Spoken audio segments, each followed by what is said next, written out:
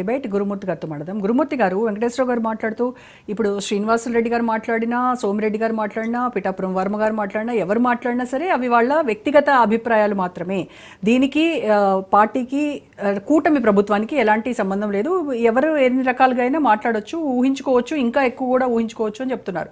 అయితే వ్యక్తిగతంగా మాట్లాడారు సరే, ఇది కలెక్టివ్ డెసిషన్ అయితే, ఇన్ కేస్ కూటమి ప్రభుత్వం కలిపి తీసుకున్నటువంటి నిర్ణయం అయితే మేము స్వాగతిస్తామని కూడా చెప్తున్నారు. అమ్మ, మీకు ప్యానల్లో ఉన్నటువంటి నాకు మంచి మిత్రులు జనసేన నాయకులు గాదే వెంకటేశ్వరరావు గారికి, బీజేపీ అధికార ప్రతినిధి సుహాసిని గారికి, అదేవిధంగా అనలిస్ట్ అందే సత్యం గారికి, అదేవిధంగా ప్రేక్షక మహాశీలు అందరికి కూడా నా హృదయపూర్వక నమస్కారాలు తెలియజేసుకుంటూ, ఈరోజు మీరు ఏదైతే చెప్పారో, గాదే వెంకటేశ్వరరావు గారు ఏదైతే చెప్పారో, ఎందుకంటే ప్రజలు మాకు అధికారం ఇచ్చారు, పెద్ద మ్యాండేట్ ఇచ్చారు, పెద్ద ఎత్తున విజయం చేకూర్చారు.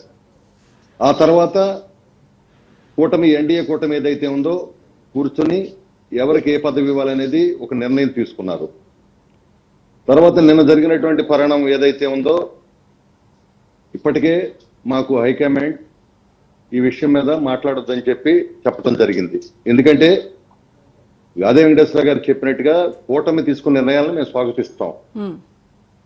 ఎవరో నేను మాట్లాడి వ్యక్తిగతంగా ఏదో ఉత్సాహంతో ఏదో మీటింగ్ లో గబక్కన ఒకటి మాట్లాడేస్తే దాన్ని మళ్ళీ సోషల్ మీడియాలో ట్రోల్ చేసి, ఎందుకంటే గాదే వెంకటేశ్వర గారు చెప్పినట్టు ఎవరు ఏం మాట్లాడినా సోషల్ మీడియా ఒకటి, ఫోన్ ఒకటి చేతిలో ఉండటం వల్ల దాన్ని ఎవరు తోచిన విధంగా వాళ్ళు ముందుకు తీసుకెళ్తా ఉంటారు. కానీ ఇక్కడ మాకొక్కటే, మా జెండా, మా ఎజెండా ఒకటే. మేము అధికారంలోకి వచ్చిన తర్వాత ఈ 6 నెలల పైబడి మా యొక్క లక్ష్యం, మా చంద్రబాబు నాయుడు గారు కావచ్చు, పవన్ కళ్యాణ్ గారు కావచ్చు, లోకేష్ గారు కావచ్చు, ఈ రాష్ట్రం అభివృద్ధి సంక్షేమం దృష్టిలో పెట్టుకుని మేము పనిచేస్తున్నాం. ఎందుకంటే గత 5 సంవత్సరాలుగా ఈ రాష్ట్రం అన్ని రంగాల్లో కూడా వెనకబడిపోయింది. మరి అదేవిధంగా మొత్తం ఈ రాష్ట్రాన్ని ధ్వంసం చేశారు, ఈ రాష్ట్రాన్ని దోపిడీలు చేశారు, ఈ రాష్ట్రంలో అనేక కుంభకోణాలు జరిగినాయి. అటన్నిటి మీద మేము దృష్టి పెట్టాలి. ఇంకొక పక్కన అమరావతి, పోలవరం, అదేవిధంగా ఏదైతే రైల్వే జోన్ కావచ్చు, మరి నిన్ననే విశాఖపట్నానికి సంబంధించి మరి ప్రత్యేక ప్యాకేజీ కావచ్చు, అదేవిధంగా ఎస్సీ, బీసీ, ఎస్టీ, మైనార్టీ వర్గాలకు చెందినటువంటి సంక్షేమం కావచ్చు, వీటన్నిటి మీద దృష్టి పెట్టి మేము పనిచేస్తా ఉన్నాం. ఎందుకంటే ఇంత పెద్ద ఎత్తున ఈ రాష్ట్రంలో కూటమి ప్రభుత్వం ఉన్నప్పుడు ఎవరో ఒకళ్ళు ఏదో ఒకటి ఎక్కడో చోట మాట్లాడుతూ ఉంటారు. ఎవరో ఒకళ్ళు ఏదో ఒక నాయకుడు మాట్లాడినప్పుడు అది తీసుకొచ్చి సోషల్ మీడియాలో ట్రోల్ చేయటం, ఆ తర్వాత అందుకోకుండా అది పెద్ద ఎత్తున ట్రోల్ అవటం, దాని మీద ఈ టీవీల్లో మనం మళ్ళీ డిబేట్లు పెట్టుకోవాల్సిన పరిస్థితులు రావటం, ఇవన్నీ కూడా ఓ రకంగా చెప్పాలంటే బాధగా ఉంది, దురదృష్టకరం అనమాట. ఇవాళ మాకొక్కటే మేము చెప్పేది, కూటమి ప్రభుత్వం తీసుకున్నటువంటి ఏ నిర్ణయానికైనా మేమందరం కూడా కట్టుబడి పనిచేస్తాం. ఎవరైనా కట్టుబడి పనిచేయాల్సిందే. దానికి ఇప్పుడు ఏదైనా ఒక నిర్ణయం చేయాలంటే చంద్రబాబు నాయుడు గారు, పవన్ కళ్యాణ్ గారు, అదేవిధంగా బీజేపీ అధ్యక్షురాలు పురంధేశ్వరి గారు కావచ్చు, వీళ్ళందరూ కూడా కూర్చుని మాట్లాడతారు. కమిటీ ఉంటుంది మాకు, వాళ్ళు మాట్లాడతారు. అదేవిధంగా పార్టీ పరంగా వచ్చేపాటికి మా పార్టీకి సంబంధించి మరి మేము ఏదైనా ఉంటే మా పార్టీ ప్లాట్ఫామ్ మీద మేము మాట్లాడుకుంటా ఉంటాం. పాలిట్ బ్యూరో ఉంటుంది, మాకు రాష్ట్ర కమిటీ ఉంటుంది, అన్ని కమిటీలు ఉంటాయి. గ్రామ స్థాయి నుంచి చూసుకుంటే రాష్ట్ర స్థాయి వరకు కమిటీలు ఉంటాయి. ఇవన్నిటి కూడా ఎవరి అభిప్రాయాలు చెబుతూ ఉంటారు. పార్టీకి సంబంధించి. కానీ గురుమూర్తి గారు, గతంలో టీడీపీ అధికారంలో ఉన్నప్పుడు లోకేష్ మంత్రిగా కూడా పనిచేశారు. అప్పుడు లేనటువంటి డిమాండ్ ఇప్పుడు ఎందుకు ఈ రకంగా తెర మీదకి వచ్చింది? ఇప్పుడు ఎవరు అభిప్రాయాన్ని వాళ్ళు చెప్తా ఉంటారు. దానికి కొంతమందికి ఒకళ్ళు ఒక కోణంలో ఆలోచిస్తూ ఉంటారు. ఎవరు ఏది ఆలోచించినప్పటికీ కూడా అది సాధ్యాలు చూసుకోవాలి. సాధ్యం ఏంటి? ఎన్డీఏ కూటమి అంటే అందరూ కూర్చొని నిర్ణయం తీసుకుంటే సాధ్యమయ్యేటువంటి పని ఉంటది. అనేక డిమాండ్స్ వస్తూ ఉంటాయి. ఎందుకంటే సమయం సందర్భాన్ని బట్టి కొంతమంది మాట్లాడుతూ ఉంటారు. కానీ అది ఇక్కడ మాత్రం క్రైటీరియా కాదు. ఇక్కడ ఓన్లీ ఎన్డీఏ ప్రభుత్వం కూటమి కూర్చొని తీసుకునే నిర్ణయాలకు మాత్రమే ఇక్కడ అవకాశం ఉంటుంది. కాబట్టి ఇవాళ మేము ఈ విషయాల మీద ఈ రోజు పార్టీ హైకమాండ్ కూడా అందరికీ చెప్పారు, ఎవరు కూడా దీని మీద మాట్లాడొద్దని చెప్పారు.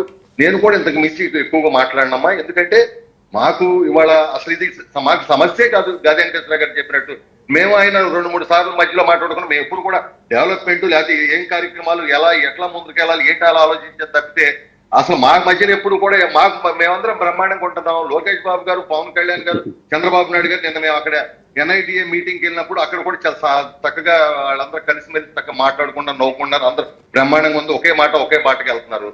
కానీ అయితే గురుమూర్తి గారు ఏదైనా ఎవరైనా నేతలు ఎక్కడ వేదిక మీద మాట్లాడినా ఇది ట్రోల్ అవుతున్నాయి, సోషల్ మీడియాలో విపరీతంగా ప్రచారం జరుగుతున్నాయి, అధిష్టానం దృష్టికి కూడా వచ్చింది. కానీ మరి అది వాస్తవమా అవాస్తవమా అని ప్రజలకు చెప్పాల్సినటువంటి బాధ్యత అయితే ప్రజాప్రతినిధుల మీద ఉంటుంది కదా ఖచ్చితంగా. దీనిపైన మాట్లాడకూడదు అనంటే అలా గిరిగీసుకోవడం కరెక్ట్ కాదేమోనని నా అభిప్రాయం. అంటే దీని మీద మనం ఎవరికి చెప్పాల్సిన అవసరం ఉండదమ్మా. ఎందుకంటే ఏదైనా నిర్ణయం తీసుకోవాలనుకున్నప్పుడు పార్టీలో కూర్చొని అత్యున్నతమైనటువంటి పాలిట్ బ్యూరో ఉంటుంది, రాష్ట్ర కమిటీ ఉంటుంది, అక్కడ కూర్చొని మేము నిర్ణయం తీసుకుంటాం. ప్రజలకి మేము ఈ సందర్భంలో చెప్పేటువంటి సందర్భం కూడా నేను అనుకోవట్లేదు. ఎందుకంటే ఆల్రెడీ మొన్న మధ్యనే మాకు అధికారాన్ని ఇచ్చారు. ప్రజలకు మేము ఏం చేస్తాం, ఏం చేయాలో అనేది మేము చెప్పాం. ఎవరికి ఏమి ఇవ్వాలో ఇస్తామన్నాం. ఇంకెవరికి ఏమి ఇవ్వాలో కూడా కూటమి నాయకులు కూర్చొని నిర్ణయం తీసుకుంటా ఉన్నారు. ఇంకా రాబోయేటువంటి రోజుల్లో పార్టీ ఇప్పటి వరకు, ఎందుకంటే దీని మీద కూడా పెద్ద దృష్టి పెట్టలేదు కాబట్టి, ఇప్పుడు ఇక రాబోయేటువంటి రోజుల్లో ఏది విషయాన్నైనా మాట్లాడాలనుకున్నప్పుడు అది కొంచెం జాగ్రత్తగా మాట్లాడాలని చెప్పడం జరిగింది. కాబట్టి మేము కూడా వ్యక్తిగత అభిప్రాయాలు ఉంటే ఎక్కడైనా చెప్పుకోవాలి తప్పితే మేము ఇక్కడ టీవీలో కూర్చొని నా అభిప్రాయం ఇది, నా ఇది అని చెప్తే కుదరదు కదమ్మా. ఇప్పుడు మమ్మల్ని నేను ఎందుకు పిలిచారు? నన్ను పార్టీ పక్షాన, తెలుగుదేశం పక్షాన నన్ను పిలిచారు. తెలుగుదేశం పక్షానికి సంబంధించిన మాటలే నేను మాట్లాడాలా?